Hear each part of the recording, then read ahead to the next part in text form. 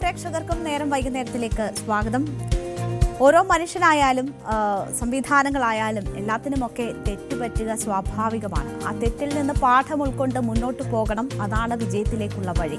നമുക്കറിയാം, ഈ നിയമസഭാ തെരഞ്ഞെടുപ്പിൽ ഇടതുപക്ഷത്തിനെ സംബന്ധിച്ച് വലിയ ഒരു തിരിച്ചടിയാണ് അവർക്കുണ്ടായിരിക്കുന്നത്. ആ വിഷയങ്ങളുമായി ബന്ധപ്പെട്ട് CPM-ന്റെ നേതൃയോഗങ്ങൾ, താഴെത്തട്ടിൽ നിന്നുമുള്ള പരിശോധന, അതിനുശേഷമുള്ള നേതൃയോഗങ്ങൾ ചേർന്നു. അതിനുശേഷം CPM സംസ്ഥാന സെക്രട്ടറി മാധ്യമങ്ങളെ കണ്ട് കാര്യങ്ങൾ വിശദീകരിക്കുന്ന മണിക്കൂറാണ്. തെറ്റ് തിരുത്തുമോ CPM, തിരിച്ചുവരവിനുള്ള വഴിയൊരുക്കുമോ എന്നതാണ് നമ്മൾ കാത്തിരിക്കുന്നത്. അതിൻ്റേതുൾപ്പെടെ ഉള്ള വാർത്തകൾ നോക്കാം വിശദമായി. എല്ലാ പ്രേക്ഷകർക്കും സ്വാഗതം.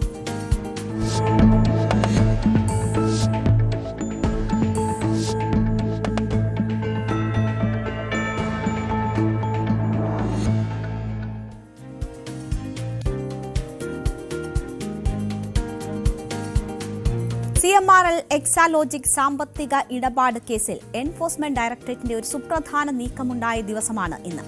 മുൻ മുഖ്യമന്ത്രിയും പ്രതിപക്ഷ നേതാവുമായ പിണറായി വിജയന്റെ മകൾ T വീണയ്ക്ക് ED സമൻസ് അയച്ചിരിക്കുകയാണ്.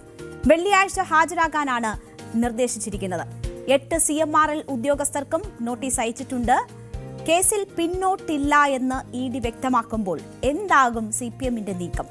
റെയ്ഡിനെത്തിയ ED ഉദ്യോഗസ്ഥരെ തടഞ്ഞതിലുൾപ്പെടെ പണി കിട്ടിയ പാർട്ടി നിയമത്തിന്റെ വഴിക്ക് പോകട്ടെ എന്ന് തീരുമാനിക്കുമോ? എന്താണ് ഇതിനുള്ള പ്രതികരണങ്ങൾ? എന്താണ് EDയുടെ നീക്കം എന്നതൊക്കെ നമുക്ക് വിശദമായി തന്നെ പരിശോധിക്കാം. മുൻ മുഖ്യമന്ത്രിയും പ്രതിപക്ഷ നേതാവുമായ പിണറായി വിജയന്റെ മകൾ T വീണയ്ക്ക് കുരുക്ക് മുറുക്കാനാണ് EDയുടെ നീക്കം. വെള്ളിയാഴ്ച ഹാജരാകാൻ ആവശ്യപ്പെട്ടാണ് ഇപ്പോൾ സമൻസ് അയച്ചിരിക്കുന്നത്.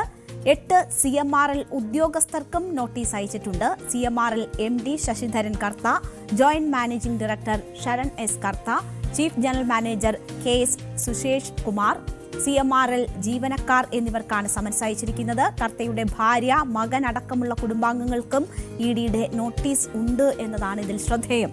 വിവിധ കമ്പനികളുടെ ഡയറക്ടർമാരാണ് ഇവർ. EDയുടെ ഈ സമൻസ് അയക്കാനുള്ള നീക്കം കൃത്യമായ പ്ലാനോട് കൂടിയുള്ളതാണ് എന്നതുകൂടി നമ്മൾ കാണണം. വീണയും CMRL-ഉം തമ്മിലുണ്ടായ സാമ്പത്തിക ഇടപാടുകളുടെ സുപ്രധാന രേഖകൾ EDക്ക് കൈമാറാൻ കഴിഞ്ഞ ദിവസമാണ് കോടതി ഉത്തരവ് വന്നത്. ഇതിന് പിന്നാലെയാണ് ED സമൻസ് അയച്ചിരിക്കുന്നത്. SFIO കസ്റ്റഡിയിലെടുത്ത 134 രേഖകൾ 10 ദിവസത്തിനകം കൈമാറാനാണ് എറണാകുളം അഡീഷണൽ സെഷൻസ് കോടതി ഉത്തരവിട്ടിട്ടുള്ളത്. രേഖകൾ കൈമാറുന്നതിനെതിരായ CMRL-ന്റെ എതിർപ്പ് തള്ളിക്കൊണ്ടാണ് കോടതിയുടെ ഈ നടപടി ഉണ്ടായത്. ഈ നീക്കങ്ങളൊക്കെ തന്നെ ഈ കേസിൽ വളരെ ശക്തമായ നടപടികളിലേക്ക് ED കടക്കുന്നു എന്നതിന്റെ സൂചനകളായിരുന്നു. മാസപ്പടി കേസിലെ കള്ളപ്പണ ഇടപാടിൽ വീണയെ പൂട്ടാൻ ലക്ഷ്യമിട്ടുള്ള നീക്കമാണ് യഥാർത്ഥത്തിൽ ED നടത്തുന്നത്. SFIO നേരത്തെ കസ്റ്റഡിയിലെടുത്ത പ്രധാന തെളിവുകളുടെ സാക്ഷ്യപ്പെടുത്തിയ പകർപ്പാണ് ED കൈപ്പറ്റാൻ പോകുന്നത്. CMRL-ലും വീണയുമായി നടത്തിയ സാമ്പത്തിക ഇടപാടുകളെക്കുറിച്ചുള്ള രേഖകളാണ് ED ശേഖരിച്ചിട്ടുള്ളത്. 2016 ഡിസംബർ 30-ന് CMRL-ലുമായി വീണ ഉണ്ടാക്കിയ കരാറിന്റെ പകർപ്പ്, 2017 മാർച്ച് 2-ന് എക്സാലോജിക്കും കരിമണൽ കമ്പനിയുമായി ഉണ്ടാക്കിയ കരാർ, എക്സാലോജിക് നൽകിയ സേവനങ്ങളുടെ വിശദാംശങ്ങൾ, എംപവർ ഇന്ത്യ ക്യാപിറ്റൽ കമ്പനിയുടെ ലോൺ വിശദാംശങ്ങൾ, വീണയുമായി കമ്പനി നടത്തിയ ലോൺ ഇടപാട് രേഖകൾ അടക്കം മുഴുവൻ സാമ്പത്തിക ഇടപാട് രേഖകൾ ആണ് ED ശേഖരിക്കുന്നത്. എക്സാലോജിക്കിലെ ജീവനക്കാരുടേതടക്കമുള്ള മൊഴികളുടെ പകർപ്പും തേടിയ ED ഇതുകൂടി കണക്കിലെടുത്താകും വീണയിൽ നിന്ന് കൂടുതൽ വ്യക്തത തേടുക. അതിനാണ് വെള്ളിയാഴ്ച ഹാജരാകാൻ ഇപ്പോൾ വീണ തൈക്കണ്ടിയിലിനോട് ആവശ്യപ്പെട്ടിരിക്കുന്നത്. മാസപ്പടി കേസിൽ കൂടുതൽ കാര്യങ്ങൾ ഇനിയും പുറത്തുവരാനുണ്ട് എന്നതാണ് മാത്യു കുഴൽനാടൻ MLA പറയുന്നത്. സേവനം ഒന്നും നൽകാതെ വീണ T പണം കൈപ്പറ്റി. എന്തിനു വേണ്ടിയാണ് ഈ പണം കൈപ്പറ്റിയതെന്ന് മാത്യു കുഴൽനാടൻ ചോദിക്കുന്നു. യഥാർത്ഥ സേവനം കിട്ടിയത് PV-യിൽ നിന്നാണ്. CMRL കമ്പനിക്ക് കരിമണൽ എടുക്കാൻ അവസരം ഒരുക്കി കൊടുത്തത് പിണറായി വിജയനാണ്. ഭൂപരിധി നിയമപ്രകാരം തിരിച്ചു പിടിക്കേണ്ട ഭൂമിക്ക് ഇളവ് നൽകിയെന്നും മാത്യു കുഴൽനാടൻ പറയുന്നു. കഴിഞ്ഞ തവണകളിലൊക്കെ ഈ കേസുമായി ബന്ധപ്പെട്ടുള്ള നടപടികൾ മുന്നോട്ടു പോകുമ്പോൾ ഇത് വീണയിൽ മാത്രം ഒതുങ്ങില്ല എന്നതിന്റെ സൂചനകൾ മാത്യു കുഴൽനാടൻ ഉൾപ്പെടെയുള്ളവർ നൽകി. അതിന് സമാനമായിട്ടുള്ള പ്രതികരണം തന്നെയാണ് ഇത്തവണയും മാത്യു കുഴൽനാടൻ നടത്തിയിരിക്കുന്നത്. അപ്പോൾ അദ്ദേഹത്തിന്റെ വാക്കുകളൊന്ന് കേൾക്കാം. ഇതിന്റെ അടുത്ത ഘട്ടം എന്ന് പറയുന്നത് ED അന്വേഷണത്തിന് പിന്നാലെ ഒന്നുകിൽ വിജിലൻസ് അല്ലെങ്കിൽ CBI ആ അന്വേഷണം ഇതിന്റെ ഇൻവോൾവ് ചെയ്തിട്ടുള്ള അഴിമതിയെക്കുറിച്ച് നടക്കുമ്പോൾ ഉറപ്പായും പിണറായി വിജയൻ പ്രതിയാകുമെന്ന കാര്യത്തിൽ സംശയമില്ല. കാരണം CMRL-ന് ചെയ്തു കൊടുത്തിട്ടുള്ള വഴിവിട്ട് ചെയ്തു കൊടുത്തിട്ടുള്ള എല്ലാ കാര്യങ്ങളിലും പിണറായി വിജയന്റെ നേരിട്ടുള്ള ഇടപെടലുണ്ട് എന്ന കാര്യത്തിൽ സംശയമില്ല. യഥാർത്ഥത്തിൽ നിയമപരമായി പരിശോധിച്ച് റെയ്ഡ് നടത്തുന്ന രീതിയാണ് എങ്കിൽ യഥാർത്ഥത്തിൽ റെയ്ഡ് നടക്കേണ്ടിയിരുന്നത് AKG സെൻട്രലാണ്. കാരണം എന്താ? കാരണം എക്സാലോജിക് എന്ന് പറയുന്ന കമ്പനിയാണ് ഈ വഴിവിട്ട കാര്യങ്ങൾക്കെല്ലാം നേതൃത്വം നൽകിയത്. ആ എക്സാലോജിക് കമ്പനിയുടെ ഡയറക്ടർ എന്ന് പറയുന്നത് ഒറ്റയാളാണ്, സിംഗിൾ ഡയറക്ടർ ഉള്ള കമ്പനിയാണ്. ആ സിംഗിൾ ഡയറക്ടർ എന്ന് പറയുന്നത് പിണറായി വിജയന്റെ മകൾ വീണ വിജയനാണ്. ഈ കമ്പനി രജിസ്റ്റർ ചെയ്യുന്നതിന്റെ ഭാഗമായി ഡയറക്ടറുടെ അഡ്രസ്സ് നൽകിയത് ഏതാണെന്നറിയോ? വീണ വിജയൻ അഡ്രസ്സ് നൽകിയത് AKG സെന്ററിന്റെയാണ്. ഒരു കമ്പനി വഴിവിട്ട കാര്യങ്ങൾ ചെയ്താൽ അതിന്റെ ഡയറക്ടറുടെ നടപടി നിയമവിരുദ്ധമാണ് എങ്കിൽ റെയ്ഡ് നടക്കേണ്ടത് അവർ ഔദ്യോഗികമായി നൽകിയിരിക്കുന്ന ആ ഒരു അഡ്രസ്സിൽ കൂടിയാണ്. AKG സെൻട്രൽ റെയ്ഡ് നടത്തിയാലും സഖാക്കൾക്കൊന്നും പറയാൻ കഴിയില്ല. അപ്പോൾ വലിയ മാനങ്ങളുള്ള കേസാണ്. ഇതിന്റെ അന്വേഷണം ശരിയായ ദിശയിൽ പോവുകയാണെങ്കിൽ അത് പിണറായി വിജയനിലേക്ക് എത്തും എന്നതാണ് മാത്യു കുഴൽനാടൻ ആവർത്തിക്കുന്നത്. ED ഈ കേസിൽ പിടിമുറുക്കുമ്പോൾ എങ്ങനെ CPM അതിനെ പ്രതിരോധിക്കുന്നു എന്നതാണ് ഇനി പ്രധാനം. ED റെയ്ഡ് നടക്കുമ്പോൾ രാഷ്ട്രീയ പ്രേരിതമാണ് നടപടി എന്ന് പറഞ്ഞ് അതിനെതിരെ വ്യാപക പ്രതിഷേധം ആഹ്വാനം ചെയ്ത CPM വീണയെ ED ചോദ്യം ചെയ്യാൻ വിളിപ്പിക്കുമ്പോൾ ഇനി എന്ത് നിലപാട് എടുക്കുമെന്നതാണ് ചോദ്യം. ED റെയ്ഡിൽ CPM പ്രതിഷേധമുയർത്തുന്നതിനിടെ അവിടെ ഉണ്ടായിരുന്നുവെങ്കിലും തന്നോടൊന്നും ചോദിച്ചില്ല എന്ന് പിണറായി വിജയൻ വെളിപ്പെടുത്തിയതോടെ EDയുടെ രാഷ്ട്രീയ വേട്ട എന്ന ആരോപണത്തിന്റെ പ്രസക്തി ചോദ്യം ചെയ്യപ്പെട്ടിരുന്നു. ED സംഘത്തെ ആക്രമിച്ചത് പൊതുസമൂഹത്തിൽ അവമതിപ്പുണ്ടാക്കുകയും 26 CPM പ്രവർത്തകർ കേസിൽപ്പെടുകയും ചെയ്യുന്ന ഒരു സാഹചര്യം ഉണ്ടാക്കി. മറുഭാഗത്ത് നേതാവിന്റെ മകളുടെ കേസ് പാർട്ടി ഏറ്റെടുക്കുന്നതിൽ CPMൽ തന്നെ വിമർശനങ്ങളുണ്ട്. PB അംഗമായ പിണറായിയുടെ മകൾക്ക് ഒരു നീതിയും മറ്റൊരു PB അംഗമായിരുന്ന കോടിയേരിയുടെ മകന് മറ്റൊരു നീതിയും എന്ന വിധത്തിൽ ചർച്ചകൾ ഉയർന്നതും ഈ ഘട്ടത്തിലാണ്. ബിനീഷ് കോടിയേരിക്കെതിരെ 2020 കേസുണ്ടായപ്പോൾ അത് വ്യക്തിപരമായ കേസാണെന്നും കുടുംബം നോക്കുമെന്നുമായിരുന്നു പാർട്ടിയുടെ നിലപാട്. പിണറായിയുടെ മകൾക്കെതിരായ റെയ്ഡിൽ പോളിറ്റ് ബ്യൂറോ മുതൽ ബ്രാഞ്ച് തലം വരെ തെരുവിലിറങ്ങിയത് ചൂണ്ടിക്കാട്ടിയായിരുന്നു പാർട്ടിയിൽ തന്നെ ഉയർന്ന ഈ വിമർശനങ്ങൾ. മാത്രവുമല്ല, വീണ വിജയനെതിരായ മാസപ്പടി കേസ് രാഷ്ട്രീയ ഗൂഢാലോചനയാണെന്ന CPM നിലപാട് തള്ളി CPI രംഗത്തു വരുന്നതും കണ്ടു. ഈ നിലപാട് മാറ്റം ഇന്ന് നേതാക്കളുടെ പ്രതികരണത്തിലും കാണുന്നുണ്ട്. ED സമൻസിനോട് പ്രതികരിക്കേണ്ടത് വീണ T ആണെന്ന് കേന്ദ്ര കമ്മിറ്റി അംഗം KK ശൈലജ പ്രതികരിച്ചു. ആവശ്യമായ രേഖകൾ വീണ ഹാജരാക്കും. പ്രതിപക്ഷ നേതാവിനും വീണയ്ക്കും സമൻസ് അയക്കുന്നത് രണ്ടും രണ്ടാണെന്നും KK ശൈലജ ഇന്ന് മാധ്യമങ്ങളോട് പറഞ്ഞു. അപ്പോ സമൻസ് വരട്ടെ, അത് അവര് അതിന്റെ രേഖകളെല്ലാം ഹാജരാക്കും. അപ്പോ ഈ കാര്യമില്ലാത്ത കാര്യമാണെന്ന് കാണുമ്പോ അങ്ങനെ അന്വേഷിച്ച് തെറ്റായി പോയെന്ന് പറയണം. പ്രതിപക്ഷ നേതാവിന് സമൻസ് കൊടുക്കുന്നതും മകൾക്ക് സമൻസ് കൊടുക്കുന്നതും രണ്ടായി തന്നെ കാണേണ്ടതില്ല. തീർച്ചയായിട്ടും അത് മകള് ഒരു കമ്പനി ഉണ്ടാക്കി. ആ കമ്പനി മറ്റു കമ്പനികളുമായിട്ട് ചില കരാറിൽ ഏർപ്പെട്ടു. അതിനാണല്ലോ ഈ കമ്പനികൾ ഉണ്ടാക്കുന്നത്. ഇപ്പം നമ്മുടെ ചെറുപ്പക്കാർ ജീവിക്കാൻ കുറെ മാർഗങ്ങൾ സ്വീകരിക്കുന്നുണ്ട്. അപ്പൊ അതെന്തെങ്കിലും ഉണ്ടെങ്കിൽ മകളുമായിട്ട് ബന്ധപ്പെടുത്തേണ്ട കാര്യമാണ്. അവരതിന് മറുപടി പറയും. അത് അവർ കൃത്യമായിട്ട് എനിക്ക് തോന്നുന്നു മറുപടി പറഞ്ഞു കഴിഞ്ഞിട്ടുണ്ട്. അതെല്ലാം ക്ലിയർ ആക്കും. അത് പ്രതിപക്ഷ നേതാവുമായിട്ട് അതിനെ ബന്ധപ്പെടുത്തേണ്ട കാര്യം ആ കേസിലില്ലല്ലോ. എന്തായാലും വീണ ടിക്ക് ED സമൻസ് അയച്ചതിൽ പാർട്ടി ഇടപെടേണ്ട കാര്യമില്ല എന്ന് CPM സംസ്ഥാന കമ്മിറ്റി അംഗം NN കൃഷ്ണദാസും ഇന്ന് പ്രതികരിച്ചു. നിയമപരമായി അതിനെ നേരിടാനുള്ള കഴിവ് വീണയ്ക്കുണ്ട്. നിയമപരമായി ED ഇടപെട്ടാൽ എതിർക്കില്ല. രാഷ്ട്രീയ ലക്ഷ്യം വെച്ചുള്ള നീക്കം അംഗീകരിക്കില്ല എന്നും കൃഷ്ണദാസ് പറഞ്ഞു. പിണറായിക്കെതിരെ ലക്ഷ്യം വെക്കുന്നത് CPMനെ ലക്ഷ്യം വെക്കൽ തന്നെയാണ്. അതിലെന്താ സംശയം? പിണറായിയെ ലക്ഷ്യം വെക്കുന്നത് CPMനെ തകർക്കുക എന്നുള്ള ലക്ഷ്യത്തിലാണ്. അതൊന്നും കേരളത്തിലെ ജനങ്ങൾ അംഗീകരിക്കില്ല. ജനങ്ങളത് ചെറുക്കും. CPMനെ തകർക്കാൻ ഒരു ശക്തിയെയും അനുവദിക്കാൻ പോകുന്നില്ല. സമൻസ് വീണയ്ക്ക് കൊടുത്തിട്ടുണ്ട്. വീണ അതിന് നിയമപരമായിട്ടുള്ള മറുപടി കൊടുക്കുക. ആ നിയമപരമായിട്ട് എന്താ ചെയ്യേണ്ടത് വെച്ചാൽ വീണ അത് ചെയ്തോളും. വീണയ്ക്ക് അതിനൊക്കെയുള്ള പ്രാപ്തി ഉണ്ടല്ലോ. പാർട്ടിക്ക് അതിൽ ഇടപെടേണ്ട ഒരു ആവശ്യമില്ലല്ലോ. വീണയ്ക്കല്ലേ സമൻസ്. വീണ നോക്കും നിയമപരമായിട്ട്. അങ്ങനെ ആയി വരട്ടെ. അപ്പൊ നോക്കാം. പിണറായിയെ ലക്ഷ്യം വയ്ക്കുന്നത് CPMനെ ലക്ഷ്യം വയ്ക്കുന്നത് തുല്യ. അത് ഞങ്ങൾ സമ്മതിക്കില്ല. അത് ഞങ്ങളല്ല, ജനങ്ങൾ സമ്മതിക്കില്ല. വീണയ്ക്ക് സമൻസ് കൊടുത്തത് നിയമപരമായിട്ട് വീണ കൈകാര്യം ചെയ്തോളൂ. അതിപ്പോ നമ്മളാരും അതിൽ വ്യാകുലപ്പെടേണ്ട ഒരു ആവശ്യമില്ല. എന്തായാലും EDയുടെ റെയ്ഡ് നടക്കുമ്പോൾ സ്വീകരിച്ചിരുന്ന നിലപാടിൽ നിന്ന് CPM അല്പം മാറുന്നു എന്നതാണ് ഈ നേതാക്കളുടെ പ്രതികരണങ്ങൾ സൂചിപ്പിക്കുന്നത്. വീണ ടിക്കെതിരായ അന്വേഷണം അത് വീണയെ ബാധിക്കുന്നതാണെന്നും പാർട്ടിയെ ബാധിക്കുന്നതല്ല എന്നും അത് രണ്ടും രണ്ടായി കാണണമെന്നും പിണറായിക്കെതിരെയുള്ള നീക്കമാണെങ്കിൽ അത് പാർട്ടിക്കെതിരായ നീക്കമാണ് എന്നും വളരെ കൃത്യതയോടുകൂടിയാണ് കെ ശൈലജയും NN കൃഷ്ണദാസും ഇന്ന് സംസാരിച്ചത്. എന്തായാലും കൃത്യമായ പ്ലാനോടെയാണ് ED നീക്കം എന്ന കാര്യത്തിൽ തർക്കമില്ല. നിയമം നിയമത്തിന്റെ വഴിയെ നീങ്ങട്ടെ എന്ന സമീപനമാകും ഈ വിഷയത്തിൽ അനുയോജ്യം.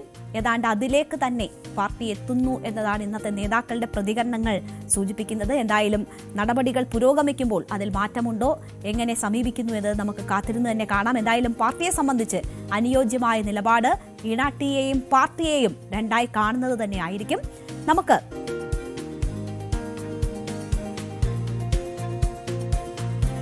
നിയമസഭാ തെരഞ്ഞെടുപ്പിലുണ്ടായ തിരിച്ചടി മറികടക്കാൻ തെറ്റ് ഏറ്റുപറഞ്ഞും തിരുത്തലിനും CPM. പയ്യന്നൂർ തളിപ്പറമ്പ് സ്ഥാനാർത്ഥി നിർണയത്തിൽ വീഴ്ചയുണ്ടായെന്ന് CPM സംസ്ഥാന സെക്രട്ടറി MV ഗോവിന്ദൻ. കണ്ണൂർ ജില്ലാ കമ്മിറ്റി തന്നെ സ്വയം വിമർശനപരമായി ഇത് സമ്മതിച്ചു. സംസ്ഥാന കമ്മിറ്റിയും അത് ആ രീതിയിലാണ് കാണുന്നതെന്ന് MV ഗോവിന്ദൻ പറഞ്ഞു. വെള്ളാപ്പള്ളി നടേശന്റെ മുസ്ലിം വിരുദ്ധ പ്രസ്താവന തള്ളിപ്പറയാത്തത് പോരായ്മയായെന്നും CPM വിലയിരുത്തുന്നു. മുസ്ലിം വിരുദ്ധ പ്രസ്താവന തള്ളിപ്പറഞ്ഞില്ലെന്ന അവബോധം മുസ്ലിം സമുദായത്തിലുണ്ടായിരുന്നു. അയ്യപ്പ സംഗമത്തിൽ യോഗി ആദിത്യനാഥിന്റെ സന്ദേശം വായിച്ചത് തിരിച്ചടിയായെന്നും CPM സംസ്ഥാന സെക്രട്ടറി MV ഗോവിന്ദൻ ഇന്ന് മാധ്യമങ്ങളോട് പറഞ്ഞു. പയ്യന്നൂരിന്റെ കാര്യത്തിൽ കുറേയും കൂടി ആഴത്തിലുള്ള പരിശോധനയും ആവശ്യമായ വിഭാഗീയമായ പ്രശ്നങ്ങൾ അവിടെ രൂപപ്പെട്ടു വന്നതാണ് ഒരു പരാജയത്തിന്റെ കാരണം. സ്ഥാനാർത്ഥിത്വത്തിന് മാത്രമല്ല, അത് വെച്ച് വളരെ ഗൌരവമുള്ള പരിശോധന വേറെ നടത്തേണ്ടിയിട്ടുണ്ട് എന്നാണ് പാർട്ടി കാണുന്നത്. ജില്ലാ സെക്രട്ടേറിയറ്റും ജില്ലാ കമ്മിറ്റിയാണല്ലോ സ്ഥാനാർത്ഥികൾ നടത്തിയത്. അവരാണ് അത് സംബന്ധിച്ച് സ്വയം വിമർശനം നടത്തി സംസ്ഥാന കമ്മിറ്റിയുടെ മുമ്പിൽ അവതരിപ്പിച്ചപ്പോൾ ഞങ്ങൾ പരിശോധിക്കുമ്പോൾ ആ ജില്ലാ കമ്മിറ്റിയുടെ ആ നിഗമനത്തെ അംഗീകരിക്കുകയും ആ സ്വയം വിമർശനം നടത്തുകയും ചെയ്യുകയാണ് ഞങ്ങൾ ചെയ്തിട്ടുള്ളത്. അതിൽ വ്യക്തിപരമായിട്ട് എനിക്കോ മറ്റാർക്കെങ്കിലുമോ അല്ല, സംഘടനയ്ക്ക് തന്നെയാണ്. അതുകൊണ്ടാണ് ജില്ലാ സെക്രട്ടേറിയറ്റും ജില്ലാ സെക്രട്ടേറിയറ്റും ജില്ലാ കമ്മിറ്റിയും സംസ്ഥാന സെക്രട്ടേറിയറ്റും സംസ്ഥാന കമ്മിറ്റിയും ആ സ്വയം വിമർശനം നടത്തുന്നു. വെള്ളാപ്പള്ളി നടേശന്റെ മുസ്ലിം വിരുദ്ധമായ പരാമർശത്തെ പാർട്ടി സംസ്ഥാന കമ്മിറ്റി ഞങ്ങൾ ഉൾപ്പെടെ എല്ലാവരും ശക്തിയായ രീതിയിൽ പറഞ്ഞിട്ടുണ്ട്. പക്ഷെ ഞങ്ങളെല്ലാം പറഞ്ഞാലും അതിനേക്കാളെല്ലാം ശക്തിയായിട്ട് വന്ന ആശയ മുൻകൈ വെള്ളാപ്പള്ളി നടേശൻ ഉയർത്തിയിട്ടുള്ള ഈ മുസ്ലിം വിരുദ്ധ പ്രചാരവേലക്ക് ഞങ്ങൾ വേണ്ടത്ര മറുപടി പറഞ്ഞില്ല എന്ന ആശയമാണ് മുൻകൈയിൽ വന്നത്. അതായിരുന്നു ഞാൻ ചൂണ്ടിക്കാണിച്ചത്. തള്ളി പറഞ്ഞിട്ടുണ്ട്. ഞാൻ തന്നെ മന്ത്രി ഈ ഇവിടെ പത്രസമ്മേളനത്തിൽ പറഞ്ഞിട്ടുണ്ട് എത്രയോ പ്രാവശ്യം, ഒരു പ്രാവശ്യം രണ്ടു പ്രാവശ്യമൊന്നുമല്ല. വെള്ളാപ്പള്ളി നടേശൻ ഉയർത്തുന്ന വർഗീയമായ ഒരു നിലപാടിനോടും CPIM-ന് യോജിപ്പില്ല. ഞാൻ നിങ്ങളോട് തന്നെ പറഞ്ഞാണ്, ഇവിടെ തന്നെ പറഞ്ഞു. എത്ര പ്രാവശ്യം? ഒരു പ്രാവശ്യമല്ല പല പ്രാവശ്യം പറഞ്ഞിട്ടുണ്ട്.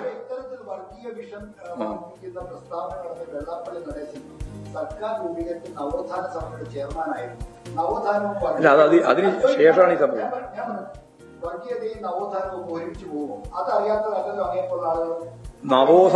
നവോത്ഥാന മൂല്യങ്ങൾ ഉയർത്തിപ്പിടിക്കുന്ന ഘട്ടത്തിലെല്ലാം നവോത്ഥാന മൂല്യത്തിന് പിന്തുണയും വർഗീയ നിലപാടുകൾ സ്വീകരിക്കുന്ന ഏത് സന്ദർഭത്തിലായാലും ആരായാലും അതിന് ഒരു തരത്തിലുള്ള പിന്തുണയും ഞങ്ങൾ നൽകുന്ന പ്രശ്നമില്ല. അതല്ലേ പറഞ്ഞത് ഇപ്പോൾ, അതല്ലേ ഞങ്ങൾ സ്വയം വിമർശനപരമായിട്ട് പറഞ്ഞു എന്ന് ഞാൻ പറഞ്ഞില്ലേ നേരത്തെ. നിയമസഭാ തെരഞ്ഞെടുപ്പിൽ 30 മണ്ഡലങ്ങളിൽ BJP UDF-ന് വോട്ട് മറിച്ചു എന്നൊരു ആരോപണവും CPM മുന്നോട്ട് വെക്കുകയാണ്. ചില മണ്ഡലങ്ങളിൽ UDF BJPക്ക് വോട്ട് മറിച്ചു. 3 സീറ്റ് കിട്ടിയിട്ടും BJP വോട്ടിൽ 6% കുറവുണ്ടായി. കേരളത്തിലെ കോൺഗ്രസ് നേതൃത്വത്തിന്റെ പ്രേരണയിലാണ് എന്തുകൊണ്ട് പിണറായി വിജയനെ പ്രേരണയിലാണ് ഇതുണ്ടായതെന്നാണ് ആരോപണം. അതോടൊപ്പം തന്നെ പിണറായി വിജയനെ ED അറസ്റ്റ് ചെയ്യുന്നില്ല എന്ന് രാഹുൽ ഗാന്ധി ചോദിച്ചത് കോൺഗ്രസ് നേതൃത്വത്തിന്റെ പ്രേരണയാലാണ് എന്ന കാര്യം കൂടി ഇന്ന് MV ഗോവിന്ദൻ സൂചിപ്പിക്കുകയാണ്. ഇന്ത്യ കൂട്ടായ്മയുടെ യോഗത്തിൽ രാഹുൽ ഗാന്ധി തന്നെ ഇക്കാര്യം പറഞ്ഞു എന്നത് ചൂണ്ടിക്കാട്ടിക്കൊണ്ടാണ് MV ഗോവിന്ദൻ ആ വിമർശനം ഉന്നയിച്ചത്. ഏതാണ്ട് 30 മണ്ഡലങ്ങളിൽ BJP വോട്ടുകൾ UDF-ന് നൽകുകയും ചില മണ്ഡലങ്ങളിൽ UDF-ന് അവർക്ക് ജയിക്കാൻ സാധിക്കില്ല എന്ന് കാണുന്ന ചില മണ്ഡലങ്ങളിൽ അവർ BJPക്ക് വിജയിക്കാൻ വോട്ട് നൽകുകയും ചെയ്യുന്ന ഒരു UDF BJP ഡീല് ഞങ്ങൾ കണ്ടു. അത് ഈ തെരഞ്ഞെടുപ്പിന്റെ ഭാഗമായിട്ടുണ്ടായ വളരെ പ്രധാനപ്പെട്ട ഒരു കാര്യമാണ്. തെരഞ്ഞെടുപ്പ് ഘട്ടത്തിൽ രാഹുൽ ഗാന്ധി ഉൾപ്പെടെ കേരളത്തിൽ വന്നിട്ട് CPM-നെതിരായിട്ട് പ്രസംഗിച്ചത്, പ്രത്യേകിച്ച് ഇടതുപക്ഷ ജനാധിപത്യ മുന്നണിക്കെതിരായി പ്രസംഗിച്ചത് എന്തുകൊണ്ട് പിണറായി വിജയനെ ED അറസ്റ്റ് ചെയ്യുന്നില്ല എന്നാണ്. എന്നാൽ UDF സർക്കാർ അധികാരത്തിൽ വന്ന് ദിവസങ്ങൾ കഴിയുമ്പോഴും കോൺഗ്രസ് BJP ഡീലിന്റെ ഭാഗമായിട്ടുള്ള നിലപാടുകൾ എങ്ങനെയാണ് എന്ന് മനസ്സിലാക്കാൻ നമുക്ക് സാധിക്കത്തക്ക രീതിയിലാണ്. കേരളത്തിലെ കോൺഗ്രസ് നേതൃത്വത്തിന്റെ പ്രേരണയിലാണ് രാഹുൽ ഗാന്ധി പിണറായിക്കെതിരായും കേന്ദ്ര ഏജൻസികൾ ഇടപെടണം എന്ന ആവശ്യവും ഡീലിന്റെ പ്രശ്നവും എല്ലാം പറഞ്ഞത് എന്ന് ഇന്ത്യ കൂട്ടായ്മയുടെ യോഗത്തിൽ രാഹുൽ ഗാന്ധി തന്നെ പറഞ്ഞ കാര്യം ഇപ്പോഴും പുറത്തു വന്നിട്ടുണ്ട്. പ്രാദേശിക നേതൃത്വത്തിന്റെ നിർദ്ദേശങ്ങൾ ാണ് ആ രീതിയിൽ തെരഞ്ഞെടുപ്പ് സമയത്ത് തന്റെ പ്രസ്താവനകൾ ഉണ്ടായിട്ടുള്ളത് എന്നതാണ് ഇന്നലെ ഈ വിഷയം ശ്രദ്ധയിൽപ്പെടുത്തുമ്പോൾ ജോൺ ബ്രിട്ടാസ് MP ശ്രദ്ധയിൽപ്പെടുത്തുമ്പോൾ ഇന്ത്യ സഖ്യ യോഗത്തിൽ രാഹുൽ ഗാന്ധി മറുപടി പറഞ്ഞത് എന്ന റിപ്പോർട്ടുകളാണ്. അതാണ് ഇപ്പോൾ MP ഗോവിന്ദനും ഉദ്ധരിക്കുന്നത്. എന്തായാലും തെറ്റുകൾ ഏതൊക്കെയെന്നത് CPM കണ്ടെത്തിയിരിക്കുകയാണ്. തെറ്റ് തിരുത്തൽ നടപടികൾ കൂടി വേണം. അതിന് പൊതുജനാഭിപ്രായ രൂപീകരണത്തിന് കൂടി CPM തയ്യാറെടുക്കുന്നുണ്ട്. എല്ലാ വിഭാഗം ജനങ്ങളുടെയും അഭിപ്രായം തേടും. വാട്സ്ആപ്പ് നമ്പർ വഴിയും ഇമെയിൽ വഴിയുമൊക്കെ എല്ലാവർക്കും അഭിപ്രായം അറിയിക്കാനുള്ള ഒരു സാഹചര്യം കൂടി ഒരുക്കും എന്നതാണ് സൂചിപ്പിക്കുന്നത്. ഇങ്ങനെ ഒരു പരാജയം മുൻകൂട്ടി മനസ്സിലാക്കാൻ സംസ്ഥാന കമ്മിറ്റിക്ക് കഴിഞ്ഞില്ലെന്ന് CPM സംസ്ഥാന സെക്രട്ടറി MP ഗോവിന്ദൻ പറയുകയും ചെയ്തു. ഈ തെരഞ്ഞെടുപ്പിൽ അപ്രതീക്ഷിതമായ വലിയ തിരിച്ചടിയാണ് LDFനുണ്ടായത് എന്ന് ഞങ്ങൾ നേരത്തെ തന്നെ ചൂണ്ടിക്കാണിച്ചതാണ്. ആ കാര്യം തന്നെയാണ് റിവ്യൂവിന്റെ ഭാഗമായിട്ട് ഞങ്ങൾ ഇപ്പോഴും കണ്ടത്. ഇങ്ങനെയുള്ളൊരു പരാജയം ഇടതുപക്ഷ ജനാധിപത്യ മുന്നണിക്ക് കേരളത്തിൽ ഉണ്ടാവുമെന്നും മുൻകൂട്ടി മനസ്സിലാക്കാൻ സംസ്ഥാന കമ്മിറ്റിക്ക് കഴിഞ്ഞിട്ടില്ല എന്ന സ്വയം വിമർശനം ഞങ്ങൾ അംഗീകരിച്ചു. നിർമ്മാണ മേഖലയുൾപ്പെടെയുള്ള പരമ്പരാഗത മേഖലയിൽ ജനങ്ങളുടെ ചില പ്രശ്നങ്ങൾ പൂർണ്ണമായി പരിഹരിക്കാനായിട്ടില്ല എന്ന പ്രശ്നം താഴെ ചർച്ച ചെയ്യുമ്പോൾ ശക്തിയായിട്ട് ഉയർന്നു വന്നിട്ടുണ്ട്. അത് ജനങ്ങളിലുണ്ടാക്കിയ അസംതൃപ്തി തെരഞ്ഞെടുപ്പിൽ ഇടതുപക്ഷത്തിന് പ്രതികൂലമായി ബാധിച്ചിട്ടുണ്ട് എന്ന കാര്യവും റിവ്യൂവിന്റെ ഭാഗമായിട്ട് ഞങ്ങൾ കണ്ടു. അപ്പോൾ തെരഞ്ഞെടുപ്പിന് ശേഷം നടന്ന അവലോകനം അതൊക്കെ വിലയിരുത്തിക്കൊണ്ടുള്ള കാര്യങ്ങളാണ് ഇന്ന് വാർത്താ സമ്മേളനത്തിൽ CPM സംസ്ഥാന സെക്രട്ടേറിയറ്റിനും സംസ്ഥാന സമിതി യോഗത്തിനും ശേഷം MP ഗോവിന്ദൻ വിശദീകരിച്ചത്. വിശദാംശങ്ങളുമായി ഇപ്പോൾ നമുക്കൊപ്പം VVA അരുൺ കൂടി ചേരുകയാണ്. അരുൺ, താഴെത്തട്ടിൽ ഉൾപ്പെടെ ശക്തമായ വിമർശനം നേതൃത്വത്തിനെതിരെ പോലും ഉയർന്നിരുന്നു. പിണറായി വിജയന്റെ ഏകാധിപത്യത്തിനെതിരായ വിമർശനങ്ങൾ ഉയർന്നിരുന്നു. ഒപ്പം സ്ഥാനാർത്ഥി നിർണയത്തിൽ ഉൾപ്പെടെ തളിപ്പറമ്പിലെ സ്ഥാനാർത്ഥി നിർണയത്തിൽ ഉൾപ്പെടെ MP ഗോവിന്ദനെതിരെയും വ്യക്തിപരമായി തന്നെ വിമർശനങ്ങൾ ഉയർന്നിരുന്നു. നിർഭയമായി എല്ലാവർക്കും അഭിപ്രായം പറയാനുള്ള സാഹചര്യങ്ങൾ കൂടി ഒരുക്കിക്കൊണ്ടാണ് ഈ തെറ്റുതിരുത്തൽ പ്രക്രിയ അല്ലെങ്കിൽ ഇതിനെക്കുറിച്ചുള്ള പഠനം CPM നടത്തിയത്.